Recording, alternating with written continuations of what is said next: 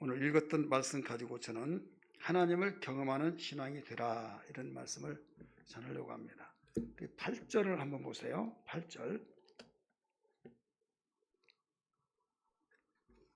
8절 같이 읽습니다. 시작. 너희는 하나님의 선하심을 맛보아 알지어다. 그에게 피하는 자는 복이 있도다. 아멘. 하나님의 선하심을 맛보아 알아라 이렇게 말씀을 했어요. 자, 하나님은 위대하시고 절대자이시고 또 위엄이 있죠. 그분을 가까이 하기도 두려울 정도로 우리가 관공서에 조금 장짜리 되면 아무라도 못 들어가고 꼭 비서실을 통해서 들어가잖아요. 그런데 하물며 천지만물을 창조하신 우주만물을 창조하신 하나님을 맛보라 말 자체가 좀 어투가 이상하잖아요. 음식을 맛보라는 것은 우리가 일반 상용화되어서 사용하는 언어지만은 하나님을 맛보아라. 하나님의 선하심을 맛보아 알지어다. 맛을 보지 못하면 알 수가 없기 때문에 그래서 야 이거 아무리 성경이지만 여기 이상하다. 그래서 성경을 안 본 사람들은 야 그런 것이 어디 있냐. 감히 하나님을 맛보라고 하나님 이름을 망령되게 일컬었다 막 하면서 오해를 하는 사람이 있어요. 그런데 함께 읽었던 말씀이 나오잖아요. 여러분이 알으셔야 하는 것이 뭐냐면 시편은 그 시인이 기록한 거예요. 다윗은 왕이면서도 정치가이면서도 싸우는 장군이면서도 음악가예요. 또 시인이에요. 그래서 시인은 그 시를 묘사할 때 여기에 시적인 면에서 말한 거죠. 그래서 똑같은 내용인데 알아듣는 사람은 알아들어요. 모르는 사람은 이게 뭐야 하고 아무 내용도 모르는 사람이 있어요. 시적 감각이 둔하고 거기에 달란트가 없는 사람은. 근데 감각 있는 사람은 막 손뼉을 치면서 너무 좋은 글이라고 하고 뭐 그러잖아요. 그런데 하나님께서 다윗에게 그 성령의 감동을 주셔서 영감 속에서 시를 읊었는데 그 시가 오늘 읽었던 34편. 이 시는 언제 읊었느냐? 성경은 항상 이 성경을 기록할 배경, 이 사건을 중시하여 여기하거든요. 이걸 알지 못하면 원뜻이 살아나질 않아요. 그 시를 기록했다고 하는 그 배경을 알면은 거기에서 이런 배경을 깔아놓고 말씀하셨구나 이해가 빠르죠. 그래서 그냥 읽다 보면 여기저기 성경은 다 시편에는 찬양하라 막 하나님 높이 찬양하라 이런 말 많이 나오잖아요. 여기도 그렇구나 의미가 없는 거예요. 이런 배경을 두고 말했다고 해서 더 가치가 있는 거죠. 어떤 사람의 10만 원의 가치와 이 사람의 10만 원의 가치는 똑같은 걸로 생각하는데 이 사람이 피땀 흘려서 하루 8시부터 아침 8시부터 밤 10시까지 했던 거 내가 벌었다. 어떤 사람은 그냥 용돈으로 받았다. 그 사건을 안다고 한다면 이 사람의 가치 있음을 알잖아요. 돈의 가치 똑같은 액수인데 하나님 말씀이 그와 같습니다. 어떤 말씀으로 내가 받아들이냐 이게 중요한 겁니다. 이 다윗이 사울 왕의 미움을 받고 사울 왕이 좀 망령 들었죠. 쫓기고 쫓겨서 계속 쫓기다가 이제 어디로 쫓기냐. 우리나라 강원도만한 땅덩이인데 적군의 나라인 블레셋에 국경을 넘어가 버려요. 국경 넘어가 가지고 보니까 다윗이에요. 원수의 자기의 골리앗 장군을 죽였던 그를 잡았으니까 얼마나 좋겠어요. 포상을 받으려고 끌고 왕에게 갑니다. 왕에게 가서 여기에 다윗을 잡아왔습니다. 꼼짝없이 죽을 죽이잖아요. 자기의 나라의 왕에게 죽을 위기를 모면하기 위해서 국경선을 넘어서 근데 거기에 도처에 걸려버린 거예요. 자, 이미 죽은 몸이 사는 몸이요? 죽은 몸이죠. 이때 하나님께서 지혜를 주셔서 막 미친 채를 했어요. 눈을 위로 아래로 막 뒤집어 막 눈동자가 이상해지고 거품을 흘리고 막 떼굴떼굴 둥그고 이상한 소리 하고 그러니까 야 이놈들아 우리나라에 미친 자가 없어가지고 정신병자가 없어서 이자를 들고 왔느냐? 내 버려버려라 막. 근데 쫓겨났어요. 그래서 거기에 정신 차리고 하나님 감사합니다 하면서 거기서 나와가지고 아둘람이라는 굴로 들어가요. 아둘람 굴 잘 아시죠? 그 속에 들어가서 되돌아봅니다. 지금 겨우겨우 목숨을 연명한 가운데서 이런 상황 속에서 부정적으로 생각하면 하나님 내가 무슨 죄를 짓길래 이렇게 이런 일을 당하고 수모를 당하야겠습니까? 하나님 계십니까? 나를 정말로 이렇게 만들어 주실 작정이십니까? 할 수도 있겠지만은 거기에 하나님께 찬양했어요. 고백했어요. 1절 한번 보세요. 1절 거기에 뭐라고 했는가 하면 같이 읽을까요? 시작. 내가 여호와를 항상 송축하며 내 입술로 항상 주를 찬양하리이다. 자, 그렇게 자기 목숨이 겨우 연명해서 이런 자리에 이제 굴 속에 들어가서 되돌아볼 때 그 되돌아보면서 이 고백을 했다 이거죠. 이 시를 읊은 거예요. 34편을. 이때 얼마든지 불평원망도 할 수 있는데 감사창송하면서 항상 이 찬양을 하나님 받으시옵소서 송축하나이다 내 평생 찬양하리라고 하는 이 말씀을 하면서 우리는 야 어떻게 이런 가운데서도 그렇게 찬양할 수 있느냐라고 생각한 사람이 있다 이거죠. 그러나 다윗은 분명히 고백을 하고 1절부터 마지막 절까지 보면 구구절절마다 정말 하나님을 높이 찬양한 것을 발견할 수 있어요. 어떻게 그렇게 할 수 있느냐? 그 이유는 자기가 쫓겨서 아니면 그 이전부터 모든 지난 날들을 되돌아볼 때 죽을 위기가 되면 그 주마등처럼 스쳐가잖아요. 그래서 겨우 살아서 아둘람 궁에 들어가서 자기를 되돌아본 거예요. 되돌아볼 때 참 파란만장했고 정말 이런 일이 있었고 생각하면서 하나님이 나를 도와주지 않았더라면 내가 여기에 목숨이 붙어 있을 수 없었다 하면서 자기를 생각하고 도망다니고 참 비참한 처지를 보면 원망하고 불평할 수도 있지만은 자기를 보지 않고 자기를 돌보신 하나님의 위대하심을 본 거예요. 할렐루야.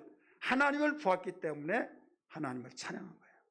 사랑하는 성도들이요, 우리는 살아가면서 그냥 사람들은 그러잖아요. 좋은 것은 빨리 잃어버리고 안 좋은 것만 생각나서 좋았던 걸 다 사장시켜버리고 나쁜 안 좋은 것을 꽁해가지고 그것 때문에 더 부각시켜서 계속 더 멀어져 버리고 적을 지고 사는 사람들이 얼마나 많습니까? 다윗은 자기의 처지 입장을 보지 않고 하나님을 봤어요. 하나님이 위대하심. 그래서 그는 광대하시다고 하면서 내가 부르짖고 기도할 때 응답하셨다. 여호와를 경외한 자를 천사를 통해서 나를 진을 쳐주시고 나를 거기서 건져주신 분이다 라고 7절에서도 그렇게 가르쳐 주셨어요. 사랑하는 성도들이요, 오늘 우리는 여기에서 이 다윗이 이런 배경을 두고 말씀하신 가운데 제가 한 구절 8절의 말씀을 가지고만 본문을 삼으려고 하다가 오해할까 봐 정말 전유를 다 알아야 하기 때문에 부분을 설명하면서 하나님의 선하심을 맛보아 알지어다 그에게 피하는 자는 복이 있도다라고 말씀하신 이 말씀을 비출 때 이미 앞에서도 말했지만은 음식은 맛보아서 알 수 있지만은 하나님을 어떻게 맛보냐 이거죠. 하나님을 시인이기 때문에 그 표현을 썼다 이렇게 생각하면 이해가 되실 것입니다. 여러분 우리 하나님을 높이 찬양하며 살아가는 생애가 되기를 제 이름으로 축원합니다. 우리 찬양 한번 부를까요? 우리 지존하신 주님 이름 앞에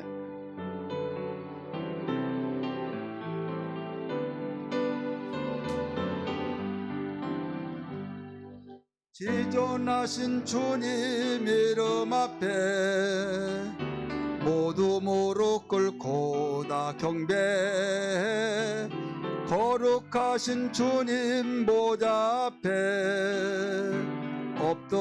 엎드려져라 셈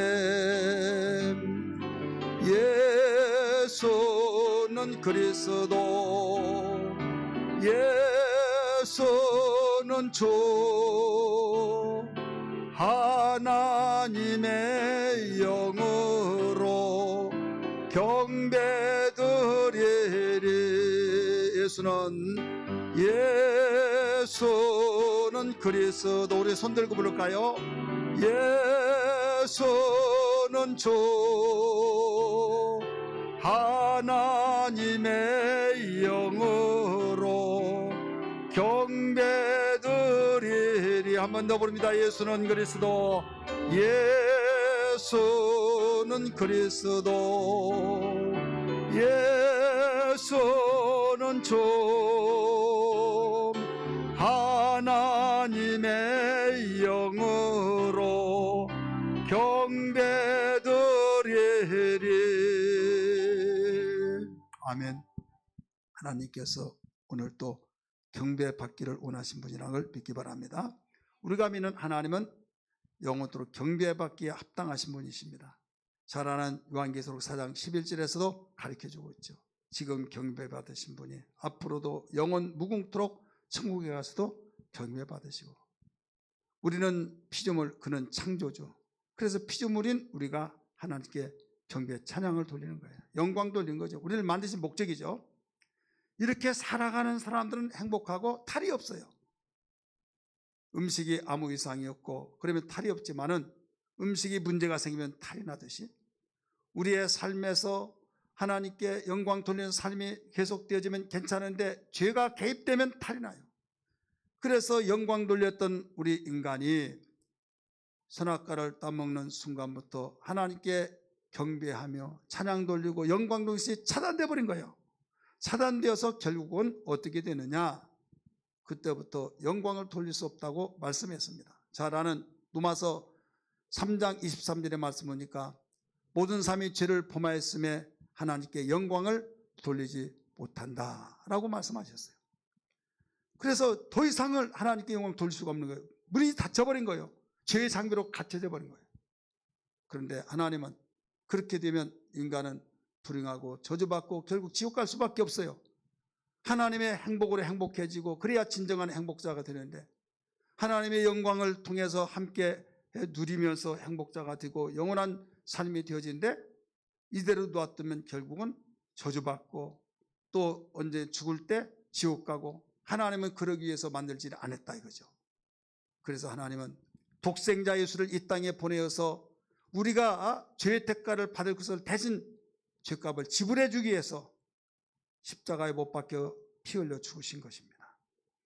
그래서 예수님이 죽으실 때 다 이뤘다라고 말씀하셨어요. 다 이뤘다. 무엇을 다 이뤘느냐? 하나님 앞에 나가서 영광 돌릴 수 있는 그 뜻이 이제는 이루어졌다 이거예요. 왜? 처음에는 이루어진 죄로 말미암아 갇혀져 버렸고 닫혀졌던 것을 이제 뻥 뚫어놔서 이제는 이뤘다 이거죠. 이것을 우리의 죄를 속량하셨다, 구속하셨다, 대신 죽어주셨다 해서 대속하셨다 이렇게 말을 합니다. 그래서 우리는 이제는 얼마든지 하나님께 영광을 돌리는 길이 있다 이거죠. 여러분, 예수님이 죽으실 때, 십자가에 죽으실 때 이 성전이 시장에서 아래 찢어져서 완전히 통로가 열려졌다는 사실을 아시면 아멘 하십시다. 이것은 하나님과 가로막혔던 장벽이 해결됐다는 거예요. 그래서 그때부터 하나님께 영광을 돌리고 하나님께 당당하게 나갈 수 있는 길이 열려져서 예수님 말씀하시기를 나는 곧 길이요 진리요 생명이라 라고 말씀하신 거예요. 그렇습니다. 그러므로 우리는 언제든지 정말 하나님께 영광 찬송을 돌리기 위해서 어디에서나 우리는 교회에서 집에서도 우리의 삶 속에서도 영광 돌리는 삶이 우리에게 끊임없이 이루어져야 될 줄 믿습니다. 문제는 뭐냐면 영광을 돌린다고 하는데 나에게 감정이 없다 이거죠. 기쁨도 없다 이거죠. 그리고 나에게 잊을 수 없는 그 하나님의 그 위대하심을 알고 고백이 되었는데 하나님 앞에 예배당에 와서 교회에서 예배를 드리면서도 언제 끝나나 시계를 맞서가면서 그냥 빨리 가야 하는데 이런저런 생각과 함께 그저 의미도 없고 내가 뭐 때문에 여기에 왔나 이런 생각으로 사로잡혀서 1년, 2년, 10년, 20년 그렇게 신앙생활하는 사람이 있어요. 이 사람들은요 듣기에 거북하려고 하겠지만은 사람들이 볼 때는 교인이요, 사람들이 볼 때는 오랫도록 다녀서 임무를 감당했기 때문에 오았고 하라고 하면 했고, 그러니까 믿음 좋다고 어떤 과정을 통해서 집사님이 되기시도 하고 권사장로도 되고, 그러니까 신앙생활 잘한 걸로 생각하고 있다 이거죠. 사람은 외모를 보지만 하나님이 중심을 보신다는 걸 믿기 바랍니다. 하나님이 중심을 보신데 하나님과 관계가 이루어져야 된다 이거죠. 예수님이 그 설명을 했잖아요. 나는 포도나무에 되는 가지니 가지가 나무에 붙어 있으면 살아서 저절로 가시를 맺나니 하나님께서 영광을 받으시고 너희는 내 제자가 되리라. 요한복음 15장 8절에서 가르쳐주고 있잖아요. 그렇기 때문에 예수 믿도록 관계를 맺지 않으면 안 된다 이거죠. 그럼 관계를 맺으려면 어떻게 해야 되냐? 시적인 면에서는 맛을 보고 야, 이 맛 최고다라고 하는 고백이 있어야 된다 이거죠. 우리는 보편적으로 인격적인 면에서 볼 때는 예수님을 영접해서 그분이 이런 분이구나 알아야 된다 이거죠. 내가 길거리 왔다 갔다 하면서 지나가는 그 시간에 항상 다니다 보니까 어떤 사람 보면 그냥 항상 보는 사람이 그래서 어쩌다고 한번 인사를 했어요. 그래 또 그쪽 인사하니까 다른 사람이 같이 가다가 인사하니까 어떤 사람이야? 나 잘 아는 사람이야 말하죠.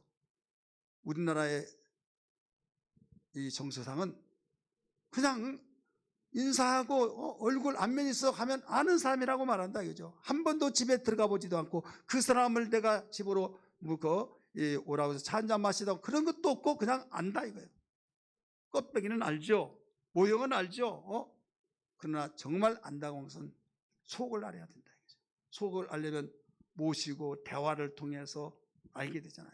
심지어는 부부가 한 입을 듣고 한 지붕 안에 살면서도 알다가도 모르겠다고 하는데 여러분 지나다니면서 인사하고 알겠습니까? 교회를 다니면서 여러분 하나님의 맛을 보지 못하고 그 맛을 알지 못하고 어떻게 하나님 알겠습니까? 그러니까 중심을 보시는 하나님이 나는 너를 모른다는 것이죠.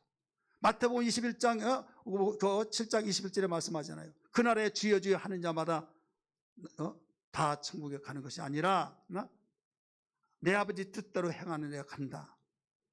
그럴 때 내가 아무개 교회 다니고 내가 집사가 되고 내가 장로가 되고 내가 목사가 되고 근데 왜 나를 모른다고 하십니까? 불법을 행한 자들아 나를 떠나라 그랬죠. 자, 여기에서 내 아버지의 뜻은 뭡니까? 요한복음 6장 40절에 말씀 보니까 내 아버지 뜻은 아들을 보고 믿어 영생을 얻게 하는 것이다. 할렐루야. 예수 그리스도를 통해서 내가 그분이 어떤 분이라고 알고 믿어서 영생을 얻는 것이 아버지의 뜻이라고 가르쳐줬다 이거죠. 그래서 그 아버지의 뜻은 아들을 보고 예수를 바로 알고 믿는 자. 그런데 20, 30년 다니면서도 교회에 돌아가는 시스템은 아는데 바로 예수를 몰라요. 그런 사람들이 많이 있다 이거죠. 우리 옆에 분에게 집사님은 어떻습니까? 한번 물어보세요. 좀 물어본 자체가 실례입니까? 여러분 이런 계기를 통해서 나를 한번 점검해 보세요. 돌다리도 두들기며 가면서 가라는 거예요.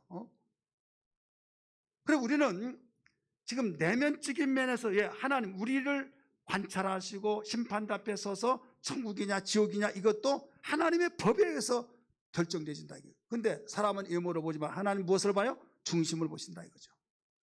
그래서 중심을 통해서 보았을 때 예배도 우리는 찬양을 잘하고 참석하고 우리의 봉사일을 하고 하면 내가 할 일 다 했다 하지만은 하나님은 영과 진리로 예배한 자를 받으신다고 그랬잖아요. 영과 진리로 예배한 자를 찾으신다고 했잖아요.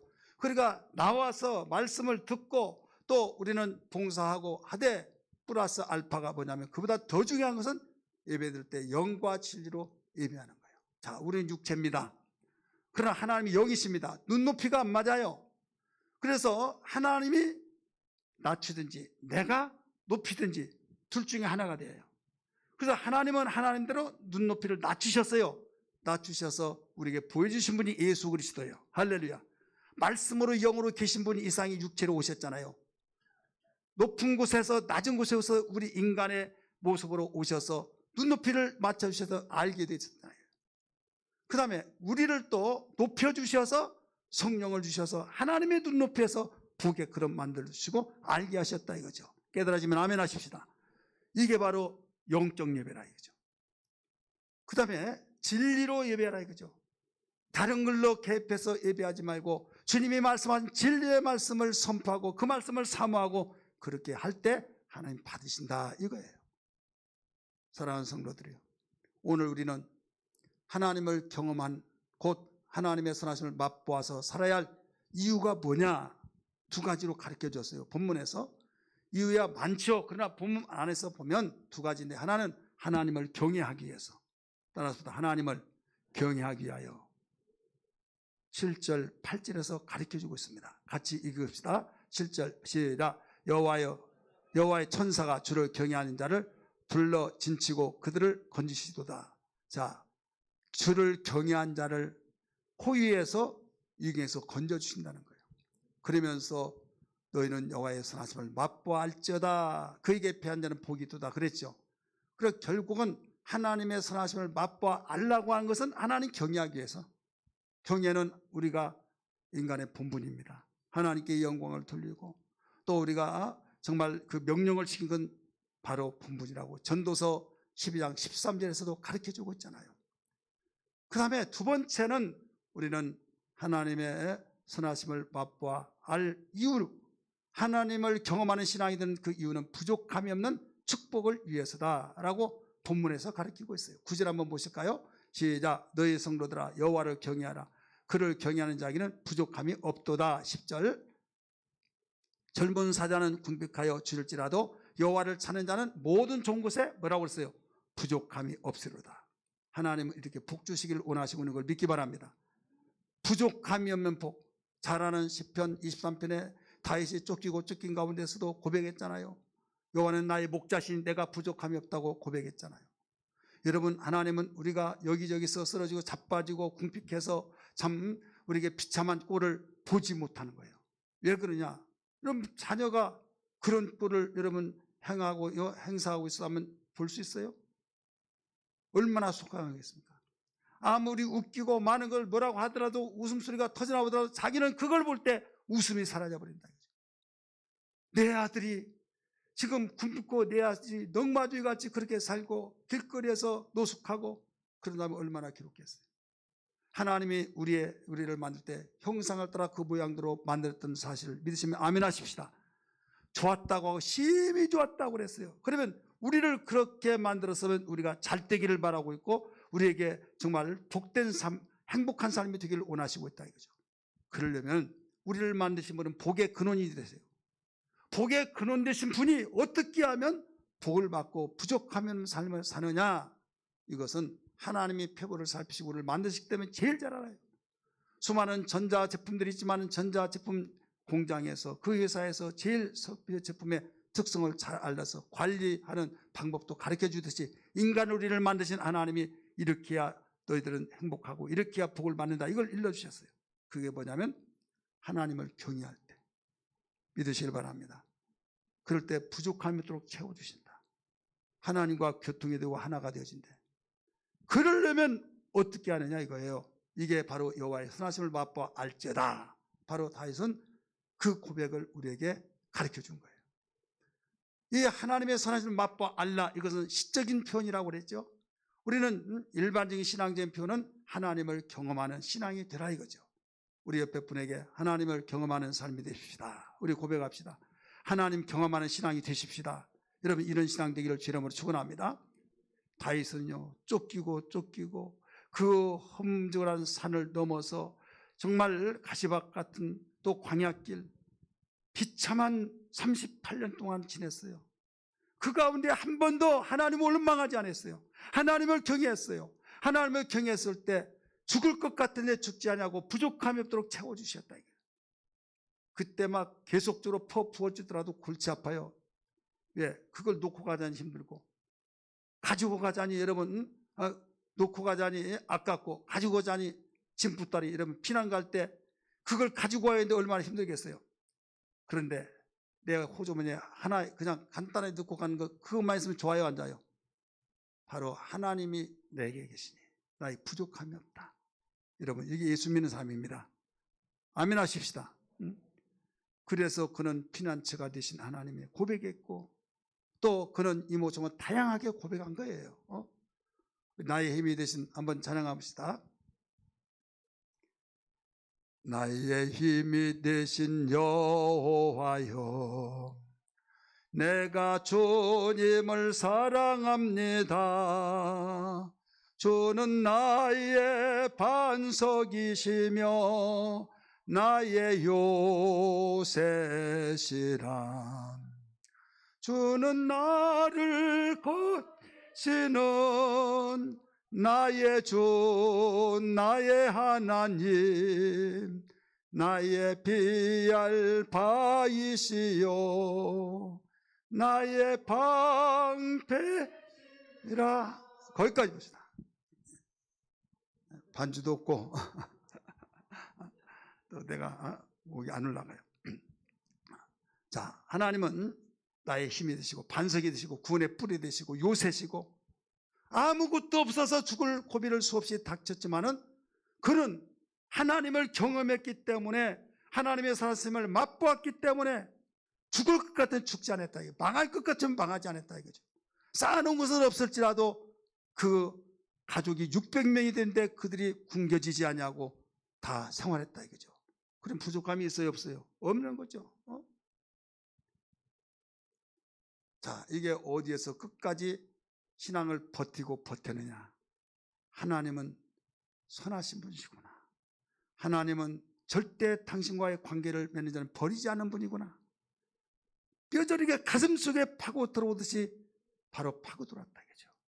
제대로 알아버렸다 이거예요. 할렐루야.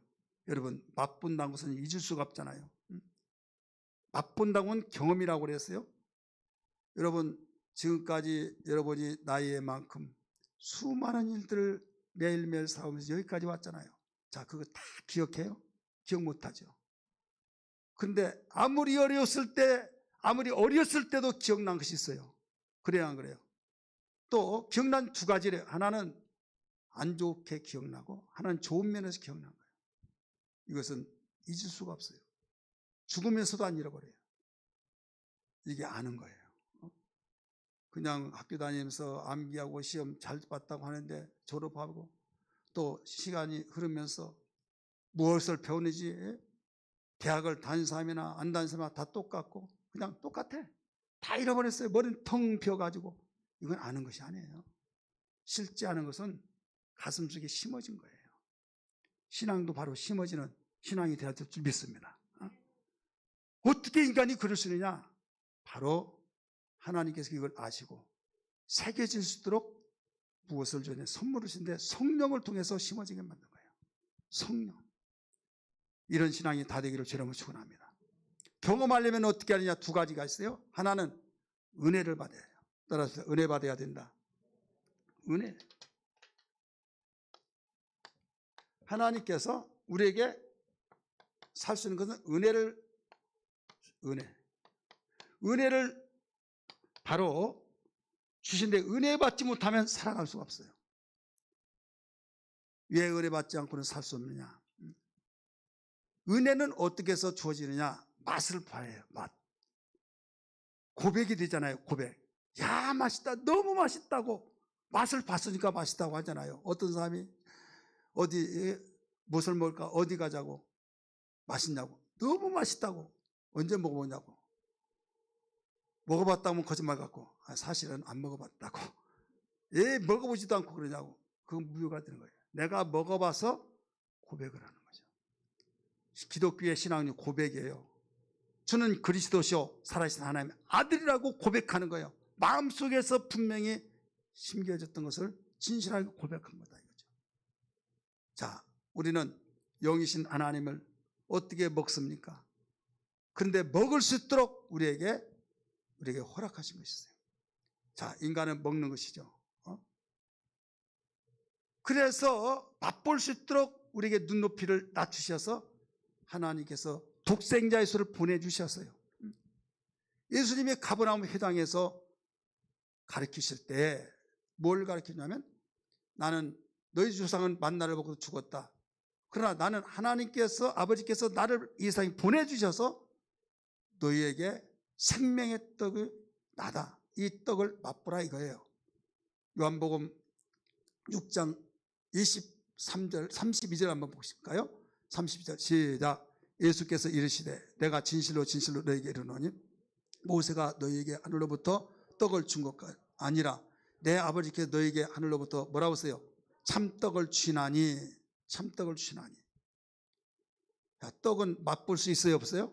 있죠. 그래서 예수님이 맛을 보라고 하는 그 성령에 감동되어서 다윗이 말했던 것을 나를 보고 맛을 봐라 이거예요.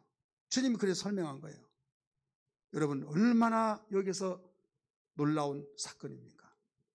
하나님이 어떻게 맛을 하나님 맛보냐. 그런데 주님이 맛을 봐라. 떡은 맛보고 달다, 맛있다, 너무 짜다, 맛없다. 우리는 맛보고 말할 수 있잖아요. 이때 33절 우리부터 또 읽읍시다. 같이 읽습니다. 시작. 하나님의 떡은 하늘에서 내려 세상에 생명을 주는 것이라. 그들이 이르되 주여 이 떡을 항상 우리에게 주소서. 35절 예수께서 이르시되 나는 생명의 떡이니 내게 오는 자는 결코 쉬지 아니할 터요. 나오죠. 나는 생명의 떡이라고 그랬어요. 하늘로부터 내려주는 떡이다. 51절 또 보세요. 뭐라고 그랬습니까? 시작. 나는 하늘에서 내려온 살아있는 떡이니 사람이 떡을 먹으면 영생하리라. 내가 줄 떡은 곧 세상에 생명을 위한 내 살이니라. 살. 예수는 살이라고 그랬어요. 그래서 55절까지 이어져 나온 것이 인자의 살은 참된 양식의 인자 앞에는 참된 음료라 라고 가르쳐주면서 거기에서 주님의 살을 먹고 마시란 거예요. 설교하실 때 가르칠 때 그렇게 말씀하셨어요. 그 설교를 듣는 모든 사람들이 야, 저 미친 거 아니야? 야, 저다 정신 빠진 거 아니야? 완전 이렇게 됐어 하고 웅성웅성 다 일어나서 나가버렸어요. 모든 사람들이 어떤 목사님 설교자가다, 설교 잘하다, 명설교가 정말 최고야. 우리나라에서 누구누구 이 사람 최고야 하지만은요, 설교 예수님보다 잘하신 분이 있어요? 예수님보다 잘한 분이 있냐고요. 역사 이래 예수님보다 잘 가르치고 잘 설교한 사람 아무도 없어요. 자, 예수님이 설교했는데 벌떡 다 나가버렸어요. 그러면 설교 못한 거예요? 오늘날 이 시대는 설교에서 그 설교 좋다, 많이 모이면 무조건 설교 잘한 거고, 많이 안 모이면 설교가 틀렸어, 시대를 읽지 못해서 그래, 이렇게 판단합니다. 설교를 잘해서 많이 모인 교회도 있고 설교를 잘 못하더라도 많이 모이는 교회가 있어요. 이건 사단의 역사로서의 그냥 쭉정이만 모여진 거죠. 잘하고 못한 것은 맛을 보고 그 맛을 보고 모여지는 거. 오늘 예수님이 설교했을 때 많은 사람이 붙들어 다 도망갔어요. 12시자가 남았어요. 너희들도 가려느냐? 주여 영생의 말씀이 계시면 우리가 어디로 가버릴까? 그렇게 말했어요. 자, 예수님은 하늘로서 내려왔다고 그랬죠. 은혜는 뭐냐면 따라서 은혜는 내려온 것이다. 하나님이 주시기 때문에 내려온 거예요. 내려온 것이기 때문에 예수 그리스도의 맛을 보고, 예수님이 내 살은 내 살이로다 그랬잖아요. 생명의 양식이면 내 살이로다. 내 살을 먹는 자는, 자, 이 살이라고 한 것은 우리 살하고 달라요. 우리 인간의 살은 흙에서 나왔기 때문에 흙이지만은 예수님의 살은 하나님 말씀이라는 걸 믿기 바랍니다. 요한복음 1장 14절의 말씀 보니까 말씀이 육신이 되어, 그렇기 때문에 예수님이 살을 먹으라 하는 것은 말씀을 먹으라 이 말이에요. 따라서 말씀을 먹어라. 말씀을 먹고 맛을 봐라 이거예요. 예수님이 말씀이 육신이 되어서 피가 있잖아요. 피를 흘려주셨잖아요. 피를 마시라 한 것은 말씀으로 예수님이 나를 위해서 십자가에 못 박혀 죽으셨다는 그 사실을 믿으라 이거예요. 그래야면 예수님이 나를 위해서 피 흘려주셨다는 걸 믿을 때 예수님 피를 마신 거고, 예수님이 나를 위해서 생명의 양식을 주기 위해서 십자가에 죽으셨다고 한 것은 바로 나에게 살을 주신 거고, 그래서 예수님이, 여러분 꼭 숙제를 낼 때 꼭 읽어보세요. 요한복음 6장을 집에 가서 반드시 읽어보세요. 알고 있는 분이 있지만 또 읽고 또 읽어보세요. 그래서 오해하고 다 흩어졌지만 예수님이 내가 너에게 이런 말은 영이요 생명이라, 하나님 말씀이 영이잖아요. 영적인 하나님 말씀을 먹고 영적인 예수의 그 피 흘려 주신 것을 믿어서 너희가 진정한 맛을 보라, 경험하라 이거예요. 이것을 아멘으로 받아서 내가 은혜를 줄 때 그걸 먹은 거예요. 그냥 먹을 수 없잖아요. 양식 있을 때 먹듯이 하나님이 신 은혜를 내려줄 때 그걸 아멘하고 먹었어요. 이게 바로 믿음이에요. 우리 한번 따라 믿음인데, 이 믿음을 통해서 또 우리가 경험하게 돼요. 그러니까 하나님을 경험하는 두 가지, 하나는 은혜를 통해서, 하나는 믿음을 통해서. 믿음은, 그 은혜는 내려오는 거예요. 그래서 여기서 믿음은 뭐냐? 고백을 통해서 아멘으로 받아들여서 순종을 하죠. 순종. 그래서 올라가는 거예요. 우리 한번 따라합시다. 은혜는 내려오고, 은혜는, 믿음은 올라가고, 하나님께 올려드린 거예요. 내려오고 올라가고. 주님이 이 세상에 오셨잖아요.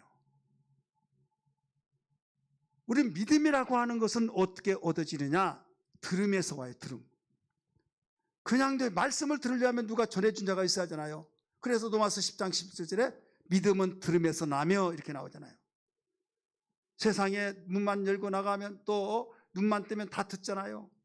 TV를 켜더라도 그 소리를 듣고, 세상에 뭔 돌아가는 소리를 듣고, 너무 골짜기 좋고 산 공기 좋은 데 있으면 귀뚜라미 소리에 또 밤 그 짐승들의 소리 뭐 다 들어요. 그 많은 소리를 듣듯이 여러분, 그 많은 소리 중에서 어떤 소리를 들어야 하냐? 하늘에서 주님이 내려주신, 보내신 생명의 떡이신 예수 그리스도의 말씀을 들음으로써 믿음이 생긴다 이거예요. 할렐루야. 로마서 10장 17절 다시 봅니다. 10장 10절 들음에서 나며, 그 다음에 뭐라고 써요? 그리스도의 말씀으로 말미암이라. 그래, 믿음은 주여 믿습니다, 내가 일반적으로 믿습니다, 그게 아니라 하나님이신 은혜의 말씀을 들을 때 믿음이 생긴다 이거죠. 이 믿음을 통해서 거듭나서 하나님의 자녀가 되고, 이 은혜를 들으면서, 은혜의 말씀을 들음으로써 내가 하나님의 자녀가 되어서 자라는데, 은혜를 받지 않으고는 절대 자랄 수가 없어요. 그래서 들음이 얼마나 중요한지 몰라요. 하나님께 예배할 때 듣는 시간은 내 생명의 충만한 시간이라는 걸 알아야 될 줄 믿습니다. 듣지 못하면 여러분 끝나는 거예요. 그래서 들음을 위해서 하나님 말씀을 들을 때 정말 은혜 받게 달라고 몸부림치면서 기도하고 사모해야 될 줄 믿습니다. 많은 사람이 듣는데 은혜를 받지 못해. 왜 그러냐? 목사가 모든 시대를 읽지 못하고, 목사가 아유 답답해 이모 저모 해서 목사가 하니까 사람의 소리 들려진다 이거죠. 그래서 성경은 말하기를, 데살로니가 전서 2장 13절에 내가 너에게 전한 것을 하나님의 말씀으로 받은 것이 진실하도다. 바울이 복음을 전했을 때 하나님 말씀으로 받아들였다 이거죠. 사람의 말로 받지 아니고 하나님 말씀으로 받아들였다 이거예요. 앞에 부분 보세요. 같이 읽습니다. 시작. 그러므로 우리가 하나님께 끊임없이 감사한 것은 너희가 우리에게 들은 바 하나님 말씀을 받을 때 뭐라고 그랬어요? 사람의 말로 받지 아니하고 하나님 말씀으로 받음이라. 목사가 설교할 때, 하나님의 종이 설교할 때 아주 오직 예수 그리스도의 하나님의 은혜를 선포할 때에 그것을 하나님 말씀으로 받으라. 그러면 우리에게는 생명이 된다 이거죠. 믿음이 된다 이거죠. 그런데 이렇게 받지 않으면 은혜를 받을 수가 없다. 히브리서 4장 2절 말씀 보세요. 시작. 그들과 같이 우리도 복음 전함을 받은 자이더나 들은 바 그 말씀이 그에게 유익하지 못한 것은, 믿음이 되지 못한 것은, 은혜를 받지 못한 것은 듣는 자가 믿음과 결부시키지 아니함이라. 개혁성에는 화합하지 아니함이라. 하나가 되지 못함이라 이거예요. 그러므로 우리는 하나님의 은혜 받을 때 헛되이 받지 않기를 바랍니다. 고린도후서 6장 1절에 그렇게 나오잖아요. 하나님이 아들 독생자를 보내주셔서 이 땅에 피 흘리기까지 보내주셨는데 그 은혜잖아요. 은혜는 거저받았다는 거예요. 거저주시고 거저받고. 그럴 때 여기에서 은혜를 받는데 안 하고 안 맞아, 안 하는 싫어, 헛되이 받아버렸다 이거죠. 헛되이 받지 말라. 그래서 여기에서 받은 은혜를 받은 것을 믿었을 때 믿음이 생기고, 믿음이 생겼을 때 이제 점점 자라나가잖아요. 점점 자라나가려면 부모와의 관계가 있어요. 아기가 여러분 젖을로 자랍니까? 젖을 주고 보살펴 줘야 자라듯이 하나님의 은혜로 계속 공급해 줘야 된다는 걸 믿기 바랍니다.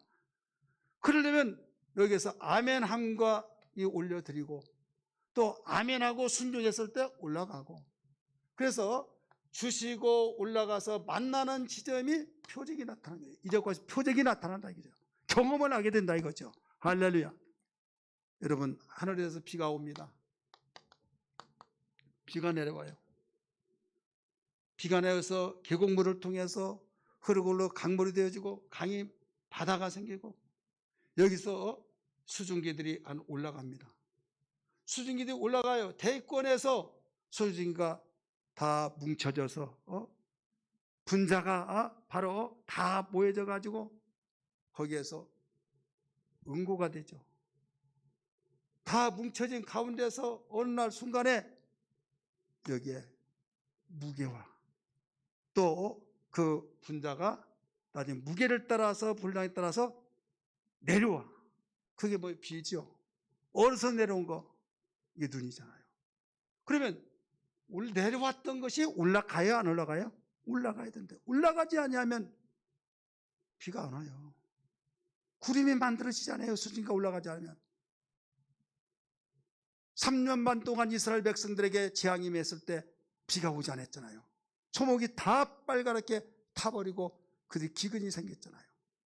이 사실을 여러분 부인할 수 없잖아요. 그렇다면 오늘날 우리는 이것만 알지 말고 우리 영적 생활에서도 하나님 주시는 은혜를 받지 못하면 시작도 못하는 거죠.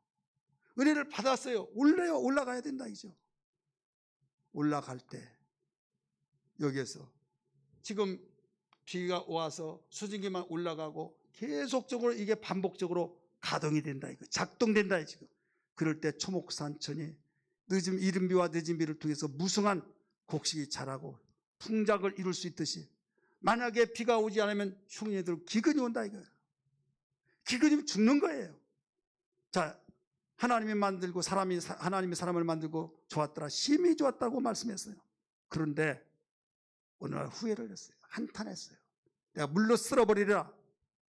물심판 하나님 계획 속에서 하나님 작정하셨어요.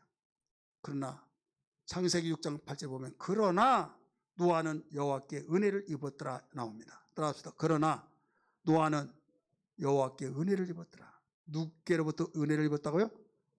하나님께로 은혜를 입었다. 그래서 그는 살았어요, 안 살았어요? 수많은 사람이 살았지만 노아의 가정만 살고 전멸돼 버렸다 이거죠. 자, 은혜를 받아야 안 받아야? 받아야 합니다. 은혜 받지 못하면 살 길이 없는 거예요. 우리는 죄악 세상, 험한 세상, 하나님의 은혜 받지 않고는 살아갈 수가 없는 것을 분명히 알고 우리가 건성으로 왔다 갔다 하고 우리가 정말로 그저 우리 발품만 파는 그런 신앙생활 하지 말고 우리가 하나님께 나와서 하나님께 내려주시는 은혜를 받고 우리의 믿음이 우리에게 싹 터서 이제는 아멘으로 고백하여서 순종할 때 우리는 하나님이 내리시고 또 우리는 하나님께 올려드리는 믿음의 사람이 되어서 계속적으로 가동이 되어져서 여러분 경험이 계속적으로 이루어져서 여러분 이때 맛 저때 맛 매일매일 음식 맛이 막 그 메뉴에 따라 달라지듯이 하나님은 진실하신 분이시다. 하나님은 거룩하신 분이시다. 하나님 너무 좋으신 분이다. 하나님은 정말로 우리를 이루하신 분이다. 왜 한 분이신데 그렇게 표현을 하고 고백합니까? 음식을 한 사람이 만들지만은 메뉴에 따라서 맛이 달라진 것처럼 계속적으로 하나님을 경험하다 보니까 그렇게 되어진다 이거죠. 그 경험하지 못하면 추상적으로 이론적으로 지식적으로 알다 보니까 메말라져 버리고 잃어버리잖아요. 잃어버리니까 하나님 정말 계신가 안 계신가 하면서 이상한 사람이 되어버리고 그렇게 해서 주저앉고 타락한 사람이 얼마나 많습니까? 우리와 함께 소속하고 이 자리에 참석하는 모든 성도들, 우리 피데베스 예배하는 모든 성도들 어떤 가운데서도 하나님의 은혜를 갈구하고 사모하면서 주여 나에게 내려주신 은혜를 받을 수 있는 겸손한 마음을 주시고 아멘으로 고백하여서 믿음이 나에게 생겨지게 하시고 믿음이 아멘한 것을 순종하고 실천함으로 하나님께 올려드리게 하여 주셔서 이것이 변함없이 가동되어서 계속적으로 하나님을 경험하는 하나님의 선하신 맛을 보는 삶이 되게 하여 주옵소서. 이런 신앙 되기를 주의 이름으로 다시 한번 축복합니다. 할렐루야. 540장 우리 찬송 부르겠습니다.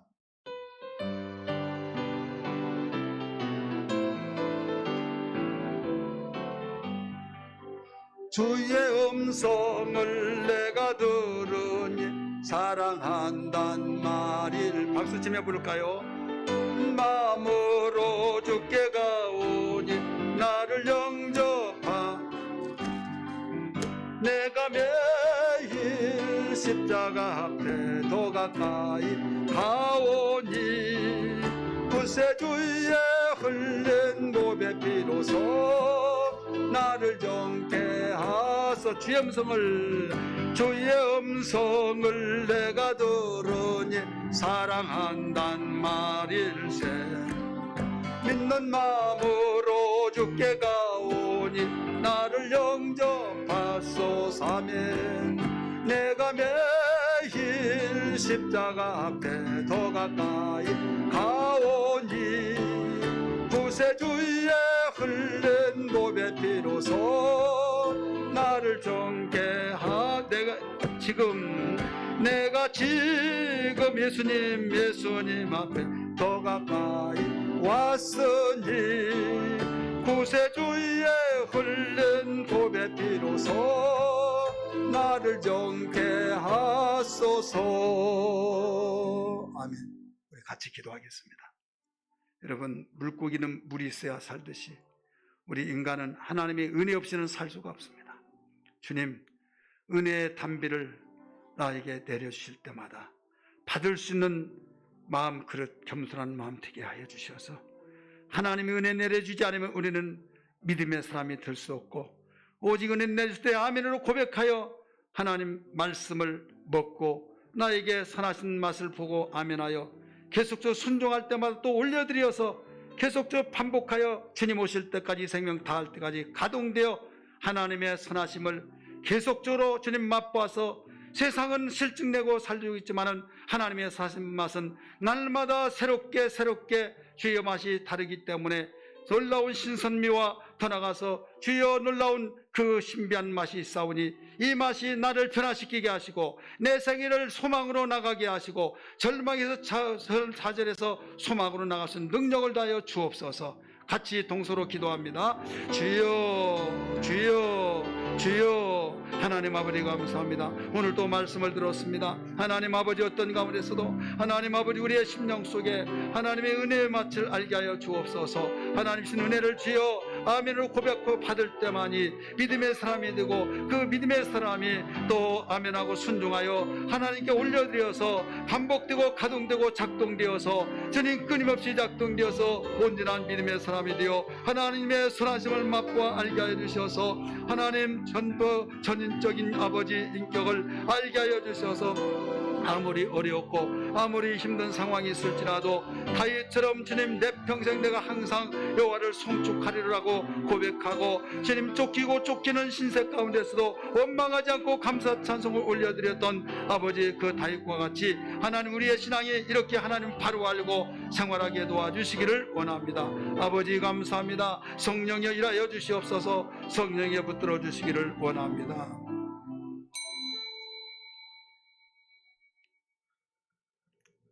가슴에 손을 얹으십시다. 다윗도 똑같은, 우리와 성정이 같은 삶입니다. 그가 전천후의 신앙생활에서 어떤 어려운 가운데서도 감사하며 하나님의 위대하심을 찬양하며 살았던 이유는 하나님을 맛보아 알았기 때문입니다. 하나님에 대해서 경험하는 신앙을 가졌기 때문에 하나님을 부인할 수 없고 하나님의 위대하심을 찬양하고 하나님께 감사 찬송 영광을 돌렸고 새 힘을 가지고 어려운 환경 속에 뚫어가고 풀어가고 열어가며 세워나가며 승리자가 되어 결국은 왕의 자리에 올라갔던 그 삶, 우리 하나님이 우리에게 은혜 줄 때 항상 아멘으로 받기를 주님으로 축복합니다. 그 심정 사모하는 마음으로 손을 얹습니다. 예수님 감사합니다. 오늘 또 말씀을 들었습니다. 주여 어렵고 쫓겨서 겨우 목숨을 연명한 가운데서도 하나님의 은혜를 감사하며 하나님의 위대하심을 찬송하며 항상 평생 주여 찬양하겠다고 고백했던 이유를 알았습니다. 저희를 하나님으로 만족하게 하시고 하나님을 선하심을 맛보아 바로 알아서 하나님 어떤 보이지 않지만은 보이지 않은 가장 큰 재산으로 여기게 하시고 주여 절망과 좌절 속에서도 굽히지 않고 소망 갖게 하여 주시고 없는 가운데 궁핍한 가운데서도 이루와 소망 가운데서 감사 찬송이 울려 퍼져서 주여 비전 있는 삶을 살게 하시고 주여 세상을 아버지여 복되게 살게 하시고 행복하게 살아가게 도와주시옵소서. 하나님, 그러므로 흔들리지 않고 요동치지 않는 가운데 뿌리 깊은 나무처럼 가뭄 타지 않게 하시고 주여 저희들에게 하나님이 보실 때 항상 영광 받으시는 노아처럼 어떤 가운데서도 은혜로 충만하여서 살아남는 자가 되게 하여 주옵소서. 어려운 가운데서도 범사를 축복하시고 저희들을 부족함이 없게 하신 주님, 일하여 주옵소서. 질고인 자 왔습니까? 주님, 주께서 치유케 하여 주옵소서. 마음이 허무하고 절망과 좌절 속에 있고 위로받을 길이 없는 사람이 있습니까? 하나님 아버지 이루해 주시고 주님 만나서 새로운 소망 가운데 살아가는 능력 속에 살게 하여 주시옵소서. 그리하여 하나님 신바람 나는 삶이 되기를 원합니다. 감사드리며 예수님 이름 받들어 기도하옵나이다. 아멘.